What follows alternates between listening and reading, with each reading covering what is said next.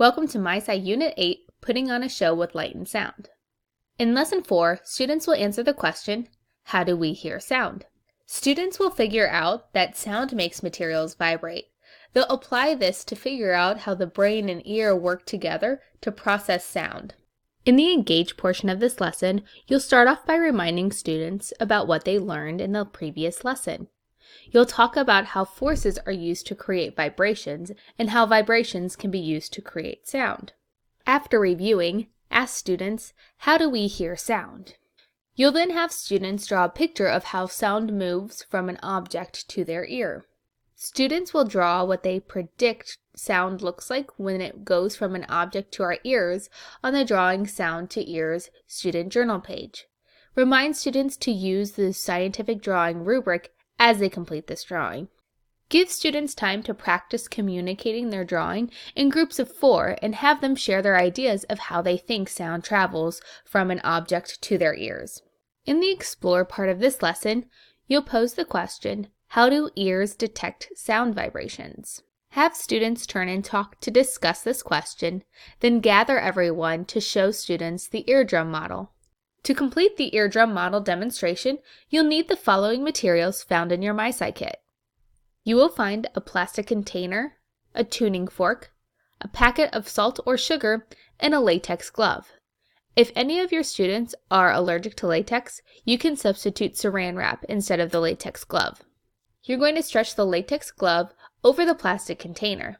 You'll then wrap a rubber band around the latex glove and put salt or sugar on the top of the latex glove. You will then strike the tuning fork and bring the tuning fork close to the latex glove while it's still producing sound and vibrating. Students should notice that the tuning fork is close but not touching the latex glove. Explain to students that the glove is modeling our eardrum. Then ask probing questions to see if students can make the connection that the vibrations from the tuning fork are traveling to the eardrum, making it vibrate. They should use that the salt or sugar is vibrating as evidence that the vibrations are moving from the tuning fork to the latex glove. After the demonstration, you'll have the students return to their seats and then turn and talk to a partner to discuss this eardrum model. During this discussion, students should think about the path that the vibrations from the sound source took to get to the eardrum. The vibration started in the tuning fork, or the sound source, moved through the air, then hit the eardrum, exerting a force on it, causing it to vibrate. Students should see this as the latex glove vibrates. We knew that the latex glove was vibrating because the salt was moving. In the Explain part of this lesson, you'll ask students what happens once the vibrations reach our ear. You'll then show students a video about sound in our ears.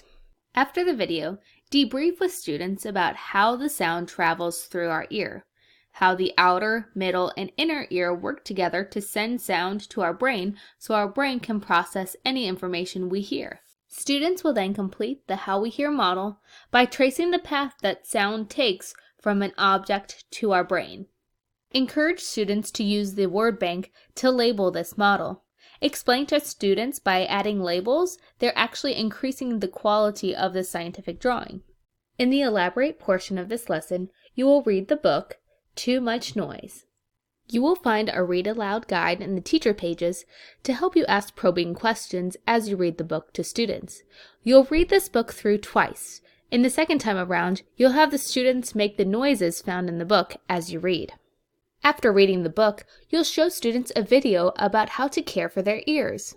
Highlight how putting things in their ears or listening to loud music can damage their eardrums.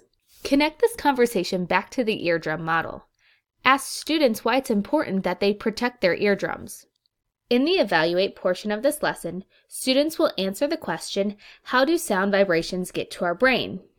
Students will work in groups of 4 to act this out. In their groups of 4, assign each student a role: the eardrum, the brain, the sound and vibration, and the object creating the sound, like a bell. You'll have students act out the sound moving from the bell, through the ear, to the eardrum, and then through the nerve leading to the brain. Use the Ear Performance Rubric to assess students on their modeling of how sound travels from an object to their ear and how their brain processes that information. After students finish their model, Ask them to think about how this idea of sound traveling from an object to our ears can help them when they're creating their show with light and sound. By the end of this lesson, students should be able to answer the question, how do we hear sound? They've explained how the different parts of our ear and brain work together to take in and interpret sound. They will use this information as they're thinking about putting on a show with light and sound.